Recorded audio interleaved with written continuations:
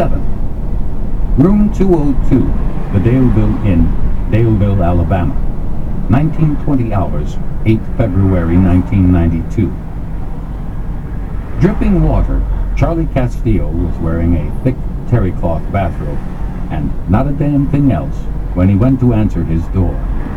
The somewhat sour-toned chime had been bonging steadily amid the downpour drumming on the roof since before he had stepped out from the shower. There's no telling how long it's been bonging like that. Either the motel is on fire or some son of a bitch has stuck a toothpick in the button. Or more likely, it's Pete Kowalski with the wonderful news that he's got his hands on an Apache and we can get in a couple of hours airborne tonight. And my ass is dragging. It was instead Miss Beth Wilson.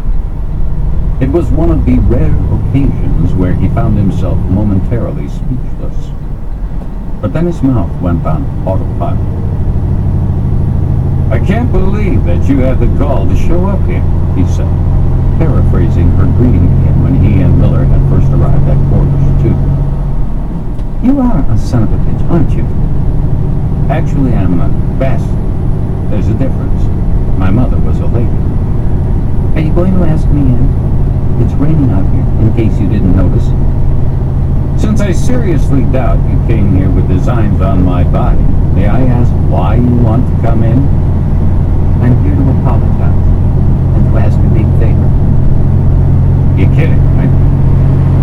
"No, I am not kidding." "You realize what will happen if you pass through this portal, and righteous Randolph hears about it?" "I'm asking you as nicely as I know how. Please, I'm getting soaked." "Won't you come in, Miss Wilson?" Castillo asked, and opened the door fully.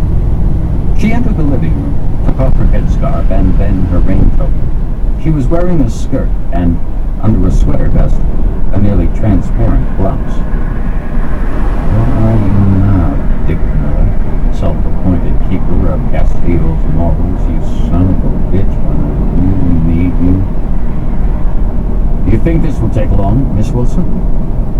"It'll take a little time." "In that case, you may have noticed that you've interrupted my toilette. Please excuse me for a moment while I slip into something more comfortable."